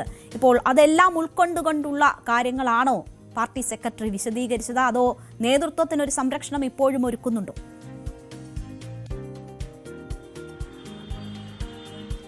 ഏറെക്കുറെ വിമർശനങ്ങളെല്ലാം ഉൾക്കൊള്ളുന്ന പ്രതികരണമാണ് CPMന്റെ സംസ്ഥാന സെക്രട്ടറിയുടെ ഭാഗത്ത് നിന്നുണ്ടായത്. അത് രൂക്ഷമായ വിമർശനങ്ങൾ ഏരിയ തലം വരെ CPM നേതാക്കൾക്കെതിരെ, അത് മുഖ്യമന്ത്രിയായിരുന്ന ഇപ്പോൾ പ്രതിപക്ഷ നേതാവ് പിണറായി വിജയനും അതുപോലെ സംസ്ഥാന സെക്രട്ടറിക്കും അടക്കം എതിരെ ഉയർന്നു വന്നിരുന്നു. പക്ഷേ ഏതെങ്കിലും വ്യക്തിയുടെ ഒരു പോരായ്മയല്ല, കൂട്ടായ ഉത്തരവാദിത്തം, സംസ്ഥാന നേതൃത്വത്തിന് കൂട്ടായ ഉത്തരവാദിത്തമുണ്ട് പരാജയത്തിലെന്ന വിലയിരുത്തലാണ് CPM സംസ്ഥാന കമ്മിറ്റി നടത്തിയിട്ടുള്ളത്. ഏറ്റവും പ്രധാനപ്പെട്ടത് വെള്ളാപ്പള്ളി നടേശൻ തള്ളിപ്പറയാൻ കഴിയാത്തത് വലിയ തിരിച്ചടിയായെന്ന വലിയ വിലയിരുത്തൽ CPMന്റെ എല്ലാ ഘടകങ്ങളിലും ഉണ്ടായി. അത് CPM സംസ്ഥാന നേതൃത്വവും അംഗീകരിക്കുകയാണ്. വെള്ളാപ്പള്ളി നടേശൻ വർഗീയ പരാമർശം നടത്തിയതിനോട് ഞങ്ങൾക്ക് യോജിപ്പില്ല എന്ന് ഒടുവിൽ സംസ്ഥാന സെക്രട്ടറി തുറന്നു പറയുന്നു, സമ്മതിക്കുന്നു. അത് നേരത്തെ എടുത്ത തീരുമാനത്തിൽ നിന്ന് വ്യത്യസ്തമാണ്, നേരത്തെയുള്ള നിലപാടിൽ നിന്ന് വ്യത്യസ്തമാണ്. നേരത്തെ ഒരു ഘട്ടത്തിലും ഇന്ന് അങ്ങനെ തള്ളി പറഞ്ഞു എന്ന് അവകാശപ്പെടുമ്പോഴും എം വി ഗോവിന്ദനോ പിണറായി വിജയനോ വെള്ളാപ്പള്ളിയെ പൂർണ്ണമായി തള്ളിപ്പറയാൻ തയ്യാറായിരുന്നില്ല. പക്ഷെ ഇന്ന് വളരെ വ്യക്തമായി തന്നെ വെള്ളാപ്പള്ളി നടേശൻ തള്ളിപ്പറയുന്നു. CPM-ന്റെ സംസ്ഥാന സെക്രട്ടറി വെള്ളാപ്പള്ളി നടേശൻ വർഗീയമായ പരാമർശം നടത്തിയതിനോട് ഞങ്ങൾക്ക് യോജിപ്പില്ല. സംസ്ഥാന സമിതിയിൽ വെള്ളാപ്പള്ളിക്കെതിരെ വിമർശനം ഉയർന്നു വന്നിരുന്നു. വെള്ളാപ്പള്ളി നടേശന്റെ പ്രസ്താവന ശരിയായില്ല എന്ന നിലപാട് ഇന്ന് എം വി ഗോവിന്ദൻ വ്യക്തമാക്കുകയാണ്. വെള്ളാപ്പള്ളിയെ തള്ളിപ്പറഞ്ഞതിന്റെ ഊക്ക് കുറഞ്ഞുപോയി എന്ന സംസ്ഥാന സമിതിയിൽ വിമർശനം വന്നു എന്നാണ് എം വി ഗോവിന്ദൻ ഇന്ന് വ്യക്തമാക്കിയത്. വെള്ളാപ്പള്ളിയെ നവോത്ഥാന സമിതിയിൽ ഒഴിവാക്കേണ്ടിയിരുന്നു. അതായത് ഒരു വശത്ത് അദ്ദേഹം ഈ നവോത്ഥാന സമിതിയിലെ പ്രധാനിയായിരുന്നു, അതേസമയം തന്നെ ഇത്തരത്തിൽ വർഗീയ പരാമർശം നടത്തുകയും ചെയ്തു. അത് ശരിയായില്ല എന്ന വിമർശനമാണ് ഉയർന്നു വന്നത്. അത് അംഗീകരിക്കുകയാണ് CPM-ന്റെ വെള്ളാപ്പള്ളി വിഷയത്തിൽ CPM-ന്റെ ഒരു കുറിപ്പ് ഇറങ്ങുമ്പോൾ അതിൽ വെള്ളാപ്പള്ളിയുടെ പേരെടുത്ത് പോലും പരാമർശിക്കാത്ത തരത്തിൽ അതിന് തള്ളിപ്പറയുന്ന ഒരു പ്രസ്താവനയാണ് CPM നേതൃത്വത്തിന്റെ ഭാഗത്തു നിന്നും ഉണ്ടായത്. അതിനും അപ്പുറം നേതാക്കൾ തള്ളിപ്പറഞ്ഞില്ല എന്ന് മാത്രമല്ല, മുഖ്യമന്ത്രി പിണറായി വിജയൻ ഉൾപ്പെടെ വെള്ളാപ്പള്ളിയെ സദസ്സിലിരുത്തി പുകഴ്ത്തി സംസാരിക്കുന്ന സാഹചര്യം പോലും ഉണ്ടായി. അപ്പോൾ അതിലൊക്കെയും ആ തെറ്റ് സമ്മതിക്കുന്നുണ്ടോ? ഇന്ന് മാധ്യമങ്ങളോട് കാര്യങ്ങൾ വിശദീകരിക്കുമ്പോൾ, മാധ്യമങ്ങൾ ഉപചോദ്യങ്ങൾ ചോദിക്കുമ്പോൾ അത് സമ്മതിക്കാൻ സംസ്ഥാന സെക്രട്ടറി തയ്യാറാകുന്നുണ്ടോ? തീർച്ചയായിട്ടും ആദ്യം അദ്ദേഹം അതിൽ വ്യക്തതയില്ലാത്ത മറുപടിയാണ് പറഞ്ഞത്. വെള്ളാപ്പള്ളിയുടെ മുസ്ലിം വിരുദ്ധ പ്രസ്താവന തള്ളിപ്പറഞ്ഞില്ലെന്ന അവബോധം മുസ്ലിം സമുദായത്തിന് ഇടയിൽ ഉണ്ടായിരുന്നു. ആ സംശയം ദൂരീകരിക്കുന്നതിൽ പോരായ്മ ഉണ്ടായെന്നാണ് ആദ്യം പറഞ്ഞത്. പക്ഷെ പിന്നീട് ഉപചോദ്യങ്ങൾ വരുമ്പോൾ ഇതുമായി ബന്ധപ്പെട്ട വിശദാംശങ്ങൾ ചോദിക്കുമ്പോൾ അദ്ദേഹം അത് തള്ളിപ്പറഞ്ഞു. വെള്ളാപ്പള്ളി അങ്ങനെ പറയാൻ പാടില്ലായിരുന്നു എന്ന് തന്നെ CPM സംസ്ഥാന സെക്രട്ടറിക്ക് തുറന്നു പറയേണ്ടി വരുന്നു. നേരത്തെ സംസ്ഥാന സമിതിയിലും ചർച്ചകളും അങ്ങനെയാണ്. വെള്ളാപ്പള്ളിയെ തള്ളിക്കൊണ്ട് തന്നെയാണ് സംസ്ഥാന സെക്രട്ടറിയുടെ റിപ്പോർട്ട്. പക്ഷെ അത് അങ്ങനെ പോരാ, അതിശക്തമായി തന്നെ തള്ളിപ്പറയണം. അതാണ് എം വി ഗോവിന്ദൻ പറഞ്ഞ ഒരു വാക്ക്. അങ്ങനെയാണ് വെള്ളാപ്പള്ളിയെ തള്ളിപ്പറഞ്ഞതിന്റെ ഊക്ക് കുറഞ്ഞുപോയി, അങ്ങനെ ആയിരുന്നില്ല പറയേണ്ടതെന്ന അഭിപ്രായം സംസ്ഥാന കമ്മിറ്റി ഉയർന്നു വന്നു. അത് ഞങ്ങൾ അംഗീകരിക്കുന്നു എന്നാണ് ഇന്ന് സംസ്ഥാന സെക്രട്ടറി വ്യക്തമാക്കുന്നത്. വെള്ളാപ്പള്ളി നടേശനെ പൂർണ്ണമായും തള്ളുകയാണ് CPM. അദ്ദേഹം മുസ്ലിം വിരുദ്ധ പ്രസ്താവന നടത്തി. അത് മുസ്ലിം സമുദായത്തിന്റെ വലിയ അപമതിപ്പ്, സംശയം CPM-നെതിരെ ഉണ്ടായി. അത് തെരഞ്ഞെടുപ്പിൽ തിരിച്ചടിയായെന്ന് CPM തുറന്ന് സമ്മതിക്കുകയാണ്. മറ്റൊന്ന് തളിപ്പറമ്പിലെയും പയ്യന്നൂരിലെയും സ്ഥാനാർത്ഥിത്വമാണ്. അവിടെയും വീഴ്ചയുണ്ടായി. പക്ഷേ അത് കണ്ണൂർ ജില്ലാ ഘടകത്തിനാണ് അവിടെ വീഴ്ചയുണ്ടായത്. ആ വീഴ്ച അവർ സംസ്ഥാന സമിതിയിൽ സ്വയം വിമർശനപരമായി ഏറ്റുപറഞ്ഞു. സംസ്ഥാന സമിതിയും അത് ശരിവെക്കുന്നു. അവിടെ തനിക്ക് വ്യക്തിപരമായ വീഴ്ച ഉണ്ടായെന്ന് എം വി ഗോവിന്ദൻ പറയുന്നില്ല, അല്ലെങ്കിൽ സമ്മതിക്കുന്നില്ല. പകരം കണ്ണൂർ ജില്ലാ നേതൃത്വമാണ് അവിടെ സ്ഥാനാർത്ഥി നടത്തിയത്. അവർക്ക് വീഴ്ചയുണ്ടായെന്ന് അവർ തന്നെ സ്വയം വിമർശനപരമായി ഏറ്റുപറയുന്നു. അത് ഞങ്ങൾ അംഗീകരിക്കുന്നു. ഭരണവിരുദ്ധ വികാരം ഉണ്ടായെന്ന് CPM ഇപ്പോഴും തുറന്നു പറയുന്നില്ല, അംഗീകരിക്കുന്നില്ല. ഭരണവിരുദ്ധ വികാരം എന്ന് പറയുന്നില്ല. പക്ഷേ ഭരണത്തിന്റെ ഭാഗമായി പരമ്പരാഗത മേഖലയിൽ CPM-നൊപ്പം എക്കാലവും നിന്ന പരമ്പരാഗത വ്യവസായ മേഖല, കശുവണ്ടി കയർ ഉൾപ്പെടെയുള്ള പരമ്പരാഗത മേഖല, അതുപോലെ തന്നെ നിർമ്മാണ മേഖല, ഇവിടങ്ങളിലേക്കുള്ള പാർട്ടി പ്രവർത്തകർക്ക് പോലും സർക്കാരിന്റെ പ്രവർത്തനത്തിൽ അവമതിപ്പുണ്ടായിരുന്നു എന്ന കാര്യം CPM തിരിച്ചറിയുകയാണ്. അവിടെ അത്തരത്തിൽ അത് ഭരണവിരുദ്ധ വികാരമായി തന്നെ CPM ഉൾക്കൊള്ളുന്നു. പക്ഷേ ഭരണവിരുദ്ധ വികാരം ഉണ്ടായെന്ന് തുറന്നു സമ്മതിക്കാൻ ഈ ഘട്ടത്തിലും CPM തയ്യാറാകുന്നില്ല. മാത്രമല്ല 10 വർഷം തുടർച്ചയായി സർക്കാർ മാറുന്നത് നല്ലതല്ലേ എന്ന ഒരു പൊതുവികാരം ജനങ്ങൾക്കിടയിൽ ഉണ്ടായിരുന്നു. സാംസ്കാരിക നായകരുടെ സച്ചിദാനന്ദന്റെയൊക്കെ പരാമർശം സൂചിപ്പിച്ചുകൊണ്ട് എം വി ഗോവിന്ദൻ പറഞ്ഞത് അത്തരത്തിലുള്ള പരാമർശങ്ങളും ജനങ്ങളെ സ്വാധീനിച്ചിട്ടുണ്ട്. അതൊരു ഇടതുപക്ഷത്ത് നിന്നുകൊണ്ടുള്ള ഒരു പ്രസ്താവന തോന്നുമെങ്കിലും വലതുപക്ഷ സഹായിക്കാനുള്ള പ്രസ്താവനയാണ്. അത്തരം കാര്യങ്ങളും തെരഞ്ഞെടുപ്പിൽ തിരിച്ചടിയായെന്ന് CPM സമ്മതിക്കുകയാണ്. അയ്യപ്പ സംഗമം സർക്കാർ പരിപാടിയല്ല എന്ന് പലതവണ CPM നേതൃത്വം വ്യക്തമാക്കിയതാണ്. പക്ഷേ അങ്ങനെയല്ല അവിടെ ജനങ്ങൾ അതെടുത്തത്. അത് സർക്കാർ പരിപാടിയിൽ തന്നെ ജനങ്ങൾ വിലയിരുത്തി. യോഗി ആദിത്യനാഥിന്റെ സന്ദേശം വായിച്ചത് തിരിച്ചടിയായി. പത്മകുമാറിന് CPM-ന്റെ പത്തനംതിട്ട ജില്ലാ സെക്രട്ടറി അംഗം കൂടിയ പത്മകുമാറിനെ ഈ കേസ് ജയിലിലായിട്ടും പാർട്ടി പുറത്താക്കാത്തത്, നടപടിയെടുക്കാത്തത് തിരിച്ചടിയുണ്ടായി. അത് ആ ഘട്ടത്തിൽ തന്നെ പാർട്ടി തള്ളിപ്പറഞ്ഞാണെങ്കിൽ പോലും നടപടിയെടുക്കാത്തത് തിരിച്ചടിയായെന്ന് CPM വിലയിരുത്തുകയാണ്, തിരിച്ചറിയുകയാണ്. ഇപ്പോൾ തുറന്ന് പറയുകയാണ് സർക്കാരിന്റെ നേട്ടങ്ങൾ ജനങ്ങളിലേക്ക് എത്തിയില്ല, അതിൽ പാർട്ടിക്ക് പോരായ്മയുണ്ടായെന്ന് CPM സമ്മതിക്കുന്നു. മാധ്യമ പ്രചാരവേല, ഇതുമായി ബന്ധപ്പെട്ട് സർക്കാരിനെതിരെയുള്ള മാധ്യമ പ്രചാരവേല പ്രതിരോധിക്കാനും പാർട്ടിക്ക് കഴിഞ്ഞില്ല എന്ന് CPM പറയുന്നു. കോൺഗ്രസ് BJP ഡീലുണ്ടായിരുന്നു. ഇതെല്ലാം ഒരുമിച്ച് നിന്നപ്പോഴാണ് വലിയ തിരിച്ചടി ഉണ്ടായത്. എത്ര വലിയ തിരിച്ചടി ഉണ്ടാകുമെന്ന് തിരിച്ചറിയാൻ CPM-ന്റെ സംസ്ഥാന നേതൃത്വത്തിന് കഴിയാതെ പോയെന്ന സ്വയം വിമർശനപരമായ ഉൾക്കൊള്ളലും ഇന്ന് CPM സംസ്ഥാന സെക്രട്ടറിയുടെ വാർത്താ സമ്മേളനത്തിൽ ഉണ്ട്. സംസ്ഥാന സമിതിയിൽ ഉയർന്നു വന്ന ചർച്ചയുടെ വികാരം തന്നെയാണ് അദ്ദേഹം ഇന്നിവിടെ പ്രകടിപ്പിച്ചത്. ശരി, എന്തായാലും തെറ്റ് തിരുത്തലിനാണ് CPM നീക്കം. അപ്പോഴും ചില കാര്യങ്ങളിൽ, അതായത് വ്യക്തികൾക്കുണ്ടായ വീഴ്ച എന്ന കാര്യങ്ങളിലേക്ക് വരുന്നില്ല, പാർട്ടിക്കുണ്ടായ വീഴ്ച എന്ന നിലയിലാണ് കാര്യങ്ങളെ കാണുന്നത്, വിശദീകരിക്കുന്നത്. അതിനും അപ്പുറം ഓരോ സംഭവങ്ങൾ ഉണ്ടാകുമ്പോഴും തെരഞ്ഞെടുപ്പ് പ്രചരണ സമയത്തും ഒക്കെ പല കോണിൽ നിന്ന് തെറ്റെന്ന് ചൂണ്ടിക്കാണിച്ച CPM അംഗീകരിക്കാത്ത പല കാര്യങ്ങളും അത് തെറ്റായിരുന്നു എന്ന് സമ്മതിക്കുന്നു പാർട്ടി നേതൃത്വം എന്നത് നമ്മൾ കാണണം. മറ്റ് തെറ്റുതിരുത്തൽ പ്രക്രിയയിലേക്ക് കടക്കുകയാണ്. വെള്ളാപ്പള്ളി വിഷയത്തിലും യോഗി ആദിത്യനാഥിന്റെ കുറിപ്പ് വായിച്ചതിലും അയ്യപ്പ സംഗമത്തിലുമൊക്കെ വീഴ്ച സംഭവിച്ചു എന്ന ഒരു തുറന്ന പറച്ചിലാണ് പാർട്ടിയുടെ ഭാഗത്തു നിന്നും ഉണ്ടാകുന്നത്. ഒപ്പം തളിപ്പറമ്പിലെയും പയ്യന്നൂരിലെയും സ്ഥാനാർത്ഥി നിർണയത്തിലും വീഴ്ച സംഭവിച്ചു എന്ന് പറയുന്നു. അപ്പോഴും ഭരണവിരുദ്ധ വികാരം എന്നത് ഇല്ല എന്ന് തന്നെയാണ് സൂചിപ്പിക്കുന്നത്. മറിച്ച് വോട്ട് മറിക്കൽ UDFും BJPയും തമ്മിൽ ഉണ്ടായിട്ടുണ്ട് എന്നൊരു ആരോപണം കൂടി ശക്തമായി ഉന്നയിക്കുന്നു CPM.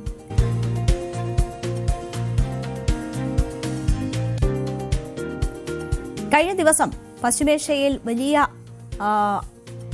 അനിശ്ചിതത്വം നിലനിന്ന ഒരു ദിവസമാണ്. ഭയങ്കര ആശങ്കപ്പെടുത്തുന്ന സാഹചര്യങ്ങൾ നിലനിന്ന ദിവസമാണ്. വെടിനിർത്തൽ നിലവിൽ വന്ന ശേഷം ഇസ്രയേലും ഇറാനും തമ്മിലുള്ള നേരിട്ടുള്ള ഏറ്റുമുട്ടൽ കണ്ട ദിവസമായിരുന്നു. എന്നാൽ സമ്പൂർണ്ണ യുദ്ധമെന്ന് തോന്നിപ്പിച്ച ദിവസം പിന്നിട്ട് വെടിനിർത്തലിലേക്ക് പശ്ചിമേഷ്യ തിരിച്ചെത്തിയ ആശ്വാസമാണ് ഇന്നുള്ളത്. ട്രംപിന്റെ അഭ്യർത്ഥന മാനിച്ച ആദ്യം ഇറാനാണ് പിൻവാങ്ങിയത്. വെടിനിർത്തൽ കരാർ പാലിക്കുമെന്ന് വ്യക്തമാക്കി ഇസ്രയേൽ കൂടി രംഗത്ത് വന്നതോടെയാണ് മേഖലയിൽ താൽക്കാലിക ആശ്വാസം ഉണ്ടാകുന്നത്. ഇറാനുമായുള്ള ചർച്ചകളിൽ പ്രതീക്ഷ പ്രകടിപ്പിച്ച ട്രംപ് 2 ആഴ്ചയ്ക്കുള്ളിൽ സമ്പൂർണ്ണ വിജയത്തിലേക്ക് എത്തും ചർച്ചകൾ എന്ന് അവകാശപ്പെടുന്നത് കൂടി ഇന്ന് കണ്ടു. എന്നാൽ ഇസ്രയേലിന്റെ ഭാഗത്ത് നിന്ന് ഇപ്പോഴും പ്രകോപനം തുടരുന്നു എന്നൊരു സാഹചര്യം കൂടിയുണ്ട്. അപ്പോൾ ആ കാര്യങ്ങളാണ് നമ്മൾ വിശദമായി ഇന്ന് പരിശോധിക്കുന്നത്. ഹോർമുസ് കടലിടുക്കിലേക്ക് നേരത്തെ പറന്ന 4 വൺവേ ആക്രമണ ഡ്രോണുകൾ അമേരിക്കൻ സേന തകർക്കുന്നു കഴിഞ്ഞ ആഴ്ച. അതിനെ തുടർന്ന് ഖേഷം, സിരിക് ദ്വീപുകളിൽ അമേരിക്ക ആക്രമണം നടത്തുന്നു. ഇതിനുള്ള പ്രത്യാക്രമണം എന്ന നിലയിൽ കുവൈറ്റിലേക്കും ബഹ്റൈനിലേക്കും ഇറാന്റെ ബാലിസ്റ്റിക് മിസൈൽ ആക്രമണം ഉണ്ടാകുന്നു. അങ്ങനെ സംഭവ ബഹുലമായിരുന്നു കഴിഞ്ഞ ആഴ്ചയിൽ പശ്ചിമേഷ്യയിലെ സാഹചര്യം. പിന്നാലെയാണ് ലബനനിലെ വെടിനിർത്തൽ കരാർ ലംഘനത്തിനെതിരെ ഇസ്രയേലിലേക്ക് ഇറാൻ ആക്രമണം അഴിച്ചുവിടുന്നത്. പിന്നാലെ ഇറാനിലെ തന്ത്രപ്രധാന മേഖലകൾ കേന്ദ്രീകരിച്ച് ഇസ്രയേൽ വ്യോമാക്രമണം നടത്തി. പശ്ചിമേഷ്യയെ മുൾമുനയിൽ നിർത്തിയ ഒരു പകലിനും രാത്രിക്കും ശേഷമാണ് വെടിനിർത്തലിലേക്ക് ഇരു രാഷ്ട്രങ്ങളും മടങ്ങിയിരിക്കുന്നത്. ഇതിൽ നിർണായകമായത് അമേരിക്കൻ പ്രസിഡന്റ് ഡൊണാൾഡ് ട്രംപിന്റെ ഇടപെടലാണ്. ഉടനടി വെടിനിർത്തൽ ഉറപ്പുവരുത്താൻ അമേരിക്കൻ പ്രസിഡന്റ് ഡൊണാൾഡ് ട്രംപ് നടത്തിയ അടിയന്തര ഇടപെടലിനെ തുടർന്നാണ് ഇരുപക്ഷവും ആക്രമണങ്ങളിൽ നിന്ന് പിന്തിരിഞ്ഞത്. ഇറാനുമായി വീണ്ടും യുദ്ധത്തിലേക്ക് പോയാൽ ഇസ്രയേൽ ഒറ്റയ്ക്ക് പോരാടേണ്ടി വരുമെന്ന് ബെഞ്ചമിൻ നെതന്യാഹുവിന് ട്രംപ് മുന്നറിയിപ്പ് നൽകി. ഇക്കാര്യം അമേരിക്കൻ മാധ്യമമായ ആക്സിയോസിനോടാണ് ട്രംപ് വെളിപ്പെടുത്തിയത്. ഇറാനെതിരെ ഇസ്രയേൽ നടത്തിയ ആക്രമണങ്ങളെപ്പറ്റി അമേരിക്കയെ അറിയിച്ചത് അവസാന നിമിഷമായിരുന്നു എന്ന് ട്രംപ് പറയുന്നു. ഇന്നലെ ട്രംപിന്റെ നിർദ്ദേശം ആദ്യം ഏറ്റെടുത്ത് ആക്രമണത്തിൽ നിന്ന് പിൻവാങ്ങിയത് ഇറാനാണ്. വെടിനിർത്തലിലേക്ക് മടങ്ങുകയാണെന്നും ഇസ്രയേൽ ലബനനിൽ തുടർന്നും ആക്രമണം നടത്തിയാൽ ഇസ്രയേൽ നഗരങ്ങളെ ലക്ഷ്യമിട്ടുള്ള മിസൈൽ ആക്രമണങ്ങൾ ശക്തമായി പുനരാരംഭിക്കുമെന്നുമായിരുന്നു ഇറാൻ വ്യക്തമാക്കിയത്. ഇസ്രയേലും സമാന രീതിയിൽ തന്നെയാണ് പ്രതികരിച്ചിരിക്കുന്നത്. ഇസ്രയേൽ വെടിനിർത്തൽ കരാർ പാലിക്കുകയാണെന്നും എന്നാൽ ഇറാൻ വീണ്ടും ആക്രമിക്കാൻ മുതിർന്നാൽ ശക്തമായി തിരിച്ചടി നൽകുമെന്നും ഇസ്രയേൽ പ്രധാനമന്ത്രി ബെഞ്ചമിൻ നെതന്യാഹു പറഞ്ഞു. ഔദ്യോഗിക എക്സ് അക്കൌണ്ടിലൂടെയാണ് അദ്ദേഹം ഇക്കാര്യം വ്യക്തമാക്കിയത്. ടെഹ്റാനിലെ ഭീകര ഭരണകൂടത്തിന് മേൽ ഇസ്രയേൽ ശക്തമായ ആക്രമണം നടത്തിയതിനെ തുടർന്ന് അവർ ആക്രമണം നിർത്തിയെന്നും നിലവിൽ ഇസ്രയേലും വെടിനിർത്തൽ പാലിക്കുകയാണെന്നുമാണ് നെതന്യാഹു പറയുന്നത്. 1 വർഷം മുൻപ് ഇസ്രയേലിനെ ആണവ ബോംബുകൾ ഉപയോഗിച്ച് നശിപ്പിക്കാനുള്ള ഇറാന്റെ ശ്രമങ്ങളെ പ്രതിരോധ ആക്രമണത്തിലൂടെ തകർത്തതായി നെതന്യാഹു അവകാശപ്പെട്ടു. ഇറാനെ ഒരിക്കലും ആണവായുധം കൈവശം വെക്കാൻ അനുവദിക്കില്ല എന്ന് നെതന്യാഹു ആവർത്തിച്ചു. 10,000-കണക്കിന് ഭീകരരുമായി ഗലീലി ആക്രമിക്കാനും 1.5 ലക്ഷത്തോളം മിസൈലുകൾ ഉപയോഗിച്ച് ഇസ്രയേൽ നഗരങ്ങളെ തകർക്കാനും ഹിസ്ബുള്ള പദ്ധതിയിട്ടിരുന്നു. ഹസൻ നസ്രള്ളയെ വധിച്ചുകൊണ്ട് ആ ഭീഷണി ഇല്ലാതാക്കിയതായി നെതന്യാഹു അവകാശപ്പെട്ടു. ദക്ഷിണ ലബനനിലെ ബ്ലൂഫോർട്ട് റിഡ്ജിലുള്ള ഹിസ്ബുള്ളയുടെ ഭൂഗർഭ തുരങ്കങ്ങൾ തകർക്കുന്നത് ഇസ്രയേൽ സൈന്യം ഇപ്പോഴും തുടരുകയാണ് എന്ന് നെതന്യാഹു പറയുന്നു. ഹിസ്ബുള്ള ഇസ്രയേലിന് നേരെ ആക്രമണം നടത്തിയപ്പോഴാണ് ബെയ്റൂട്ടിലെ ഭീകര കേന്ദ്രങ്ങളെ ആക്രമിക്കാൻ താൻ ഉത്തരവിട്ടത്. ഇറാൻ ഇസ്രയേലിനെ ആക്രമിച്ചപ്പോൾ അവരുടെ സൈനിക സാമ്പത്തിക കേന്ദ്രങ്ങളെ തകർക്കാൻ സൈന്യത്തിന് നിർദ്ദേശം നൽകിയിരുന്നതായും നെതന്യാഹു പറയുന്നു. US പ്രസിഡന്റ് ഡൊണാൾഡ് ട്രംപുമായി നടത്തിയ നല്ല ചർച്ചകളെ ബഹുമാനത്തോടെയും നന്ദിയോടെയും കാണുന്നു എന്ന് പറഞ്ഞുകൊണ്ടാണ് നെതന്യാഹു പ്രസ്താവന അവസാനിപ്പിച്ചത്. ട്രംപും നെതന്യാഹുവും തമ്മിൽ കടുത്ത ഭിന്നത എന്ന റിപ്പോർട്ടുകൾക്കും കൂടുതൽ സംഘർഷങ്ങളിലേക്ക് നീങ്ങിയാൽ ഇസ്രയേൽ ഇനി ഒറ്റയ്ക്കായിരിക്കുമെന്ന മുന്നറിയിപ്പ് ട്രംപ് നൽകിയെന്ന വാർത്തകൾക്കുമിടെയാണ് നെതന്യാഹുവിന്റെ ട്രംപിന് നന്ദി പറഞ്ഞുകൊണ്ടുള്ള ഈ പ്രതികരണം വരുന്നത്. ഒപ്പം വെടിനിർത്തൽ ആണ്, പക്ഷേ ഏത് നിമിഷവും ഇറാന്റെ പ്രകോപനം ഉണ്ടായാൽ തിരിച്ചടി ഉറപ്പാണ് എന്ന ഒരു ഭീഷണി കൂടി ഉണ്ടാകുന്നത്. മാത്രവുമല്ല, ലെബനൻ തങ്ങളുടെ ലക്ഷ്യം തന്നെ ആയിരിക്കും എന്നും നെതന്യാഹു വ്യക്തമാക്കുന്നത് ആ പ്രസ്താവനയിൽ, ആ എക്സ്പോസ്റ്റിൽ വ്യക്തമാക്കുന്നത്. എന്തായാലും അതിന് തുടർന്ന് ഒരു താൽക്കാലിക സമാധാനം എന്ന നിലയിൽ പശ്ചിമേഷ്യയിൽ ഇപ്പോൾ വെടിനിർത്തൽ ഉണ്ട് എങ്കിൽ പോലും തെക്കൻ ലെബനനിൽ ആക്രമണം തുടരുകയാണ് ഇസ്രയേൽ. തെക്കൻ ലെബനനിൽ ഇസ്രയേൽ ആക്രമണത്തിന് ഒരു കുറവും വരുത്തുന്നില്ല. ഏറ്റവും ഒടുവിൽ ലഭിക്കുന്ന വിവരം അനുസരിച്ച് 3 പേർ കൊല്ലപ്പെട്ടു എന്നതാണ് മനസ്സിലാക്കുന്നത്. തെക്കൻ ലെബനനിലെ നഗരമായ ടൈർ ഒഴിഞ്ഞു പോകാൻ ജനങ്ങൾക്ക് ഇസ്രയേൽ നിർദ്ദേശം നൽകിയിട്ടുണ്ട്. ഹിസ്ബുള്ളയാണ് തങ്ങൾ ലക്ഷ്യം വെക്കുന്നതെന്നും വെടിനിർത്തൽ ലംഘിച്ച് ഇസ്രയേലിലേക്ക് നടത്തിയ ആക്രമണത്തിന് മറുപടിയാണ് ഇത് എന്നുമാണ് ഇസ്രയേലിന്റെ നിലപാട്. അതുകൊണ്ട് തന്നെ ആളുകളോട് ഒഴിഞ്ഞു പോകാനാണ് നിർദ്ദേശിച്ചിരിക്കുന്നത്. ഇത് വലിയ ആശങ്ക ഇപ്പോഴും ഉണ്ടാക്കുകയാണ്.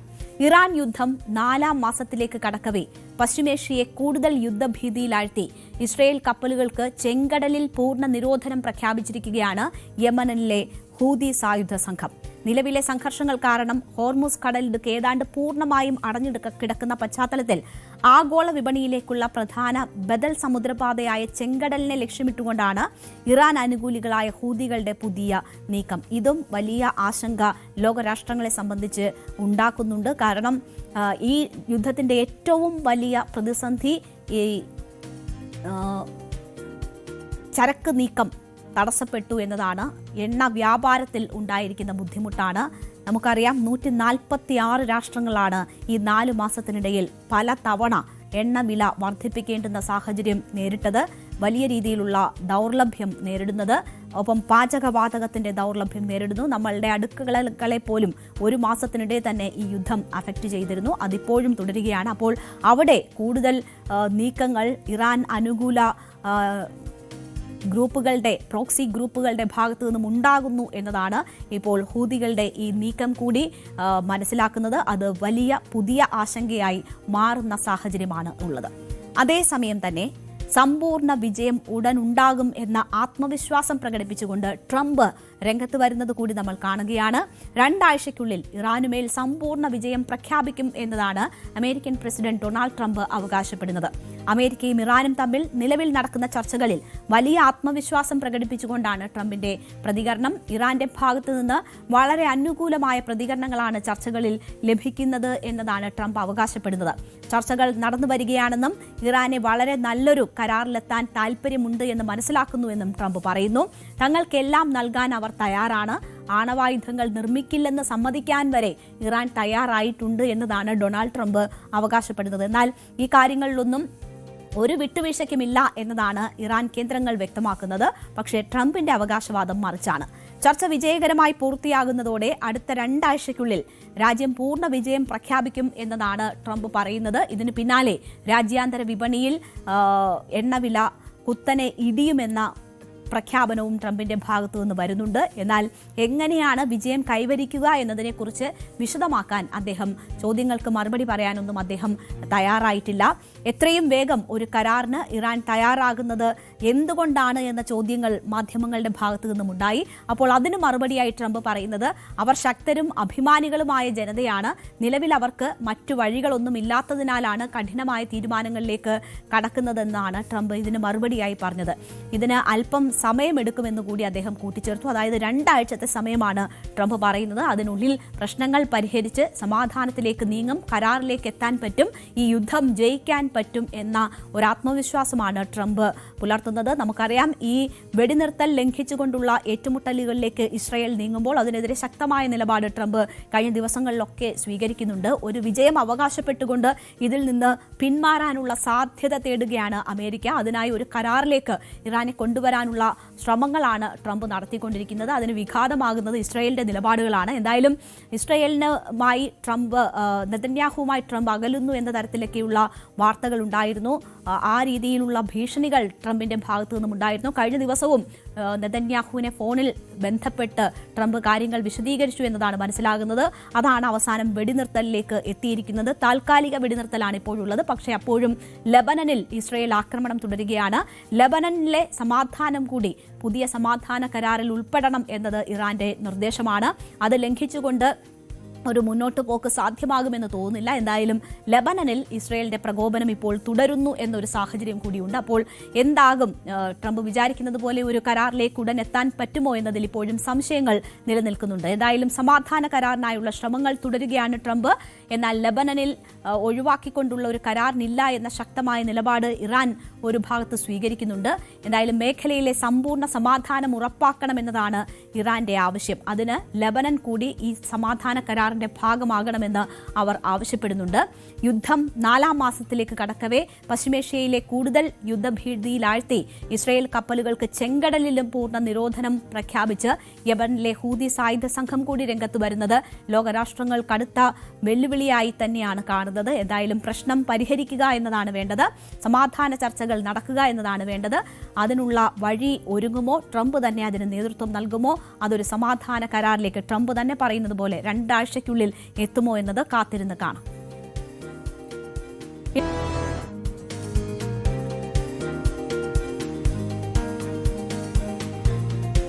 നിയമസഭാ തെരഞ്ഞെടുപ്പിലേറ്റ തിരിച്ചടിക്ക് പിന്നാലെ തൃണമൂൽ കോൺഗ്രസും മമതാ ബാനർജിയും നിലനിൽപ്പിനായുള്ള പോരാട്ടത്തിലാണ്.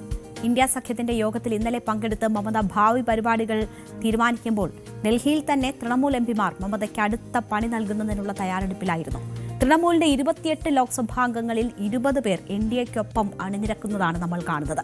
ഏറ്റവും വലിയ 3ാമത്തെ പ്രതിപക്ഷ പാർട്ടി തകർന്നടിയുമ്പോൾ മറുവശത്ത് ലോക്സഭയിൽ എൻഡിഎക്ക് കരുത്ത് കൂടുക കൂടിയാണ്. ഇപ്പോൾ തെരഞ്ഞെടുപ്പ് തോൽവിക്ക് പിന്നാലെയാണ് ബംഗാൾ നിയമസഭാ കക്ഷിയിൽ വലിയ പിളർപ്പുണ്ടായത്. ഔദ്യോഗിക വിഭാഗം പ്രതിപക്ഷ നേതാവായി ശോഭൻ ദേബ് ചതോപാധ്യായെ തെരഞ്ഞെടുത്തെങ്കിലും മമതാ ബാനർജിയുടെ നേതൃത്വത്തിലുള്ള എംഎൽഎമാർ പാർട്ടി പിളർത്തുകയായിരുന്നു. പ്രതിപക്ഷ നേതാവിനെ തീരുമാനിച്ചുകൊണ്ടുള്ള കത്തിലെ തങ്ങളുടെ ഒപ്പ് വ്യാജമെന്നായിരുന്നു വാദം. ഭൂരിപക്ഷം എംഎൽഎമാരുടെ പിന്തുണയും ഋതബ്രതയ്ക്കായിരുന്നു. ബംഗാൾ നിയമസഭയുടെ പ്രതിപക്ഷ നേതാവായി ഋതബ്രതയെ തീരുമാനിക്കുകയും ചെയ്തു. ഇതിന് പിന്നാലെയാണ് 20 എംപിമാർ എൻഡിഎ പക്ഷത്തേക്ക് പോകുന്നത്. ഗുരുതര ആരോപണങ്ങളുമായി ഇതിന് നേതൃത്വം നൽകുന്ന കകോലി ഘോഷ് രംഗത്ത് വന്നു. പാർട്ടി അധ്യക്ഷയും മുൻ മുഖ്യമന്ത്രിയുമായ മമതാ ബാനർജിക്കെതിരെ ഗുരുതര ആരോപണങ്ങളാണ് മുതിർന്ന പാർലമെന്റ് അംഗം കൂടിയായ കകോലി ഘോഷ് ഉയർത്തുന്നത്. താൻ ഉൾപ്പെടെ 20 എംപിമാർ സഭയിൽ പ്രത്യേകമായി ഇരിക്കാൻ അനുമതി തേടിയതായും അവർ പറയുന്നു. സംസ്ഥാനത്തെ ഭരണപരാജയം, തൊഴിലില്ലായ്മ, ക്രമസമാധാന തകർച്ച എന്നിവയിൽ പ്രതിഷേധിച്ചുകൊണ്ടാണ് താൻ പാർട്ടി നേതൃത്വവുമായി അകലുന്നത് എന്നതാണ് അവർ വ്യക്തമാക്കുന്നത്. മമതയുടെ നേതൃത്വത്തിൽ കഴിഞ്ഞ ദിവസം ചേർന്ന തൃണമൂൽ യോഗം കകോലിയെ നീക്കി കല്യാൺ ബാനർജിയെ ചീഫ് വിപ്പായി തെരഞ്ഞെടുത്തിരുന്നു. 4 പതിറ്റാണ്ട് കാലം മമതാ ബാനർജിക്കൊപ്പം പ്രവർത്തിച്ചിട്ടും ഇപ്പോൾ നേരിടുന്ന അവഗണനയും അപമാനവുമാണ് തന്നെ ഈ തീരുമാനത്തിലേക്ക് നയിച്ചതെന്നും കകോലി ആരോപിച്ചു. ദേശീയ താൽപര്യങ്ങൾക്കും സംസ്ഥാന വികസനത്തിനുമായി ഇനി താൻ മുൻഗണന നൽകുമെന്നും വ്യക്തമാക്കി. പിന്തുണയ്ക്കാനുള്ള കാരണമായി BJP NDAയ്ക്കൊപ്പം പോകുന്ന അല്ലെങ്കിൽ BJPക്കൊപ്പം പോകുന്നതിന് കാരണമായി കകോലി ന്യൂസ് 18 നൽകിയ അഭിമുഖത്തിലാണ് ഇക്കാര്യങ്ങളൊക്കെ ചൂണ്ടിക്കാട്ടിയത്. കഴിഞ്ഞ 3-4 വർഷമായി പാർട്ടിയുടെ പ്രവർത്തനങ്ങളിൽ തനിക്ക് അസംതൃപ്തി ഉണ്ടായിരുന്നു. ഭരണപരമായ വീഴ്ചകൾ, വികസനമില്ലായ്മ, RG കർ ആശുപത്രി സംഭവം ഉൾപ്പെടെയുള്ള വിവാദങ്ങൾ തന്നെ നിരാശപ്പെടുത്തി എന്നതാണ് അവർ ചൂണ്ടിക്കാട്ടുന്നത്. ഇതൊക്കെയും തെരഞ്ഞെടുപ്പിനെ പോലും സ്വാധീനിച്ച വിഷയങ്ങളാണ് എന്ന് നമുക്ക് കാണാം. അവിടെ അതൊക്കെ ചൂണ്ടിക്കാട്ടിയാണ് താൻ പുറത്തേക്ക് പോകുന്നത് എന്നത് കൂടി അവർ വിശദീകരിക്കുകയാണ്. നിയമസഭാ തെരഞ്ഞെടുപ്പിലെ പരാജയത്തിന് പിന്നാലെ തൃണമൂൽ കോൺഗ്രസിലുണ്ടായ ഈ വിള്ളൽ ബംഗാൾ രാഷ്ട്രീയത്തിൽ വലിയ മാറ്റങ്ങൾക്ക് വഴിവെക്കുന്നതാണ്. സംസ്ഥാനത്തും ദേശീയ തലത്തിലും കൂറുമാറ്റ നിരോധന നിയമത്തെ മറികടക്കാൻ ആവശ്യമായ ഭൂരിപക്ഷം വിമതർക്കുണ്ട് എന്നത് മമതാ ബാനർജിയുടെ നേതൃത്വത്തിന് വലിയ വെല്ലുവിളിയാണ് ഉയർത്തുന്നത്. ഇങ്ങനെ തൃണമൂൽ അതിന്റെ അസ്തിത്വം തന്നെ തകർന്നു നിൽക്കുമ്പോൾ കരുത്ത് കൂടുന്നത് NDAയ്ക്കാണ്. ഈ തെരഞ്ഞെടുപ്പിന് ശേഷമുള്ള സാഹചര്യങ്ങൾ നോക്കിയാൽ തൃണമൂലിന്റെ 20 അംഗങ്ങൾ പിന്തുണ പ്രഖ്യാപിച്ചതോടെ ലോക്സഭയിൽ NDAയ്ക്ക് കരുത്തു കൂടുകയാണ്. 543 സീറ്റുകളിൽ 3 സീറ്റുകളിൽ ഒഴിവുണ്ട്. അത് കുറച്ചാൽ 540 എംപിമാരാണ് ആകെ ഇപ്പോഴുള്ളത്.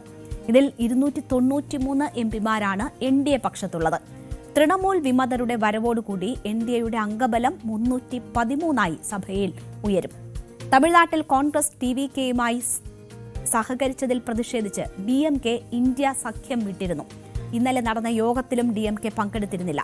DMKയെ അനുനയിപ്പിക്കാൻ ഇന്ത്യ സഖ്യം ഒരു ഭാഗത്ത് ശ്രമിക്കുന്നുണ്ട്. എന്നാൽ അത് ഫലിക്കാതെ വരികയും ലോക്സഭയിൽ 22 അംഗങ്ങളുള്ള DMK NDAയ്ക്ക് പ്രശ്നാധിഷ്ഠിത പിന്തുണ നൽകാൻ തീരുമാനിക്കുകയും ചെയ്താൽ NDAയുടെ എണ്ണം നിർണായക ഘട്ടങ്ങളിൽ വേണമെങ്കിൽ 335 വരെ എത്തും.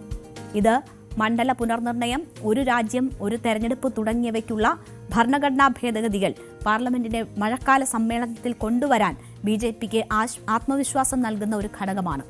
സഭയിൽ എല്ലാ അംഗങ്ങളും വോട്ടെടുപ്പിൽ പങ്കെടുത്താൽ ഭരണഘടനാ ഭേദഗതികൾ പാസ്സാകാനുള്ള 2/3 ഭൂരിപക്ഷത്തിന് വേണ്ടത് 360 പേരുടെ പിന്തുണയാണ്. എന്നാൽ വോട്ടെടുപ്പിൽ നിന്ന് ആരെങ്കിലും വിട്ടുനിന്നാൽ ഭൂരിപക്ഷത്തിനുള്ള സംഖ്യ കുറയും.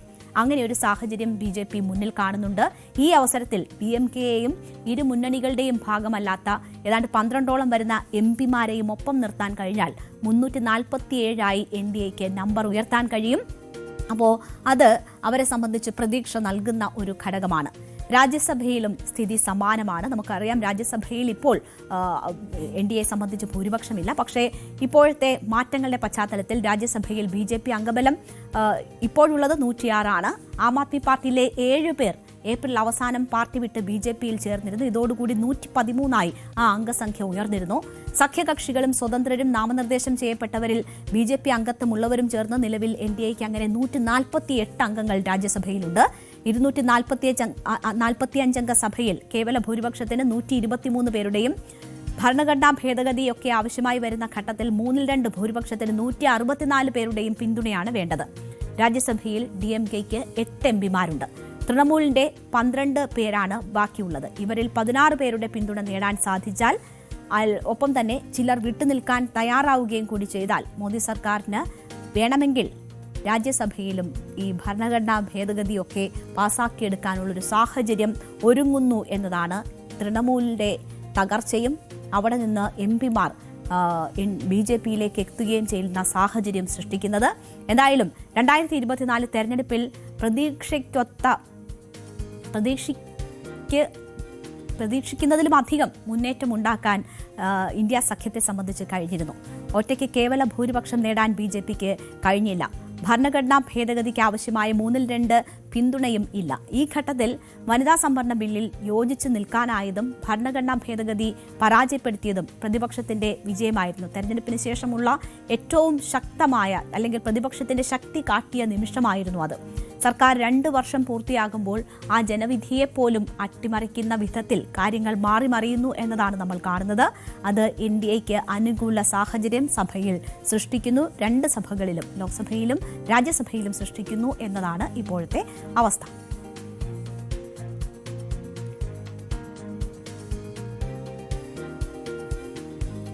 നടൻ സലിം കുമാറിന്റെ സംസ്കാര ചടങ്ങുകളിൽ അതിര് വിട്ടു പെരുമാറിയ അനധികൃത ഓൺലൈൻ മാധ്യമങ്ങൾക്കെതിരെ വലിയ രീതിയിലുള്ള വിമർശനമുയരുകയാണ്. ഇന്നലെ നമ്മൾ ഈ വിഷയം വിശദമായി തന്നെ പരിശോധിച്ചതുമാണ്. മരണവീട്ടിൽ ഓൺലൈൻ മീഡിയകളുടെ സമീപനം മര്യാദകളോടെ എല്ലാ സീമകളും ലംഘിക്കുന്നതാണ് എന്ന കാര്യത്തിൽ സംശയമൊന്നുമില്ല. ഇതിൽ പ്രതികരിച്ച് കൂടുതൽ പേർ രംഗത്തെത്തുന്നതാണ് ഇന്ന് നമ്മൾ കാണുന്നത്. മൊബൈൽ ക്യാമറകൾ ഇല്ലാത്ത കാലത്തും നേരിട്ട അനൌചിത്യപരമായ ഇടപെടലുകൾ സ്വന്തം അനുഭവത്തിൽ നിന്ന് ഓർത്തെടുത്ത് മല്ലിക സുകുമാരനും ഇന്ന് ന്യൂസ് 8നോട് സംസാരിച്ചിരുന്നു. അപ്പോൾ അതിലേക്ക് നമുക്ക് കടക്കാം. രൂക്ഷമായ ഭാഷയിലാണ് ഈ വിഷയത്തിൽ ഇന്ന് ശ്രീകുമാരൻ തമ്പിയുടെ വിമർശനമുണ്ടാകുന്നത്. നടൻ സലിം കുമാറിന്റെ സംസ്കാരവേളയിൽ അദ്ദേഹത്തിന്റെ ആരാധകരെന്ന നാട്യത്തിലും മാധ്യമപ്രവർത്തകരെന്ന ഭാവത്തിലും കയ്യിൽ മൊബൈലുമായി വന്ന ചില സാമൂഹ്യ വിരുദ്ധർ കാണിച്ച കോപ്രായങ്ങളും അത് കണ്ട് വേദനിച്ച് നിസ്സഹായനായി നിലവിളിക്കുകയും ഗത്യന്തരമില്ലാതെ ക്ഷോഭിക്കുകയും ചെയ്യുന്ന ചന്തുവിന്റെ അവസ്ഥ കണ്ട് തന്റെ കണ്ണ് നിറഞ്ഞു എന്നതാണ് ശ്രീകുമാരൻ തമ്പി ഫേസ്ബുക്കിൽ കുറിച്ചത്. തനിക്ക് തോന്നിയ അതേ വികാരം മനുഷ്യത്വമുള്ള എല്ലാ മലയാളികൾക്കും ഉണ്ടായി കാണും. പരിസരബോധമില്ലാതെ ആരുടെയും ദുഃഖം വിറ്റ് പണമുണ്ടാക്കാൻ ശ്രമിക്കുന്ന ഇത്തരക്കാരെ എവിടെയും കാണാം. അത് മരണവീടായാൽ അവർക്കേറെ സന്തോഷം. ചൂടോടെ തങ്ങളുടെ സോഷ്യൽ മീഡിയ അക്കൗണ്ടുകളിൽ ഇട്ടാൽ കൂടുതൽ വ്യൂസ് കിട്ടുമല്ലോ. തന്റെ സംസ്കാരം നടക്കുന്ന സ്ഥലത്തും ഒരിക്കൽ ക്രൂരന്മാരായ ഈ സാഡിസ്റ്റുകൾ വരുമെന്ന് അറിയാം. അന്ന് തനിക്ക് എഴുന്നേറ്റ് നിന്ന് പോയിനിടാ നാറികളെ, പോയി മാന്യമായി ജോലി ചെയ്ത് ജീവിക്കണടാ എന്ന് പറയാൻ കഴിയില്ലല്ലോ. അതുകൊണ്ട് ആ വാചകം ഇന്ന് തന്നെ അവരോട് പറയുന്നു എന്നാണ് ശ്രീകുമാരൻ തമ്പി ഫേസ്ബുക്കിൽ കുറിച്ചത്. ഈ ക്രിമിനൽ കുറ്റത്തിനെതിരെ IT നിയമപ്രകാരം കേസെടുക്കാൻ സർക്കാരിന് ബാധ്യതയുണ്ടെന്ന് അദ്ദേഹം പറയുന്നു. ആഭ്യന്തര വകുപ്പും പോലീസും ഇക്കാര്യത്തിൽ മുന്നോട്ട് വരണം. പ്രശസ്തി ഒരു ദോഷവും ആരാധന ഒരു ശല്യവുമാകുന്ന അവസ്ഥ ആർക്കും ഉണ്ടാകാൻ പാടില്ല. പ്രശസ്തരും മനുഷ്യരാണ്, അവർക്കും കുടുംബമുണ്ട്. ആ മക്കൾക്കും ബന്ധുമിത്രാദികൾക്കുമൊക്കെ വേണ്ടത് മനസമാധാനവും സ്വകാര്യതയും അല്പം കാരുണ്യവുമാണ് എന്ന് പറഞ്ഞുകൊണ്ടാണ് ആ പോസ്റ്റ് അവസാനിപ്പിക്കുന്നത്. അപ്പോൾ ഇത് ഒറ്റപ്പെട്ട ഒരു സംഭവമല്ല, നമ്മൾ നിരവധിയിടങ്ങളിൽ കണ്ടതാണ്.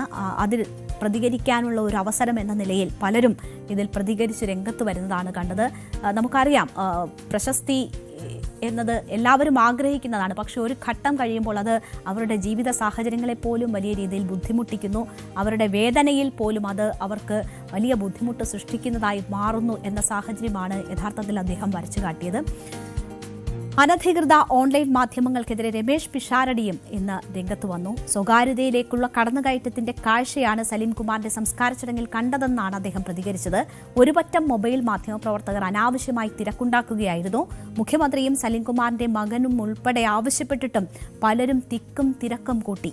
ചന്തുവിന്റേത് സ്വാഭാവിക പ്രതികരണമായിരുന്നു എന്നും പിഷാരടി പറഞ്ഞു. ഒരു സെറ്റ് മൊബൈൽ മാധ്യമ പ്രവർത്തകരും ഒപ്പം തന്നെ കാഴ്ചക്കാരായിട്ടുള്ളവർ, അവർ മാധ്യമപ്രവർത്തകരൊന്നുമല്ല, എല്ലാവർക്കും കാണുന്ന എല്ലാ കാര്യങ്ങളും എന്തോ ഷൂട്ട് ചെയ്യണമെന്ന് നിർബന്ധമുള്ളതുപോലെ എത്തുക വഴിയാണ് ഇന്നലെ മിനിയാന്ന് അങ്ങനെ ഒരു സംഭവം ഉണ്ടാകുന്നത്.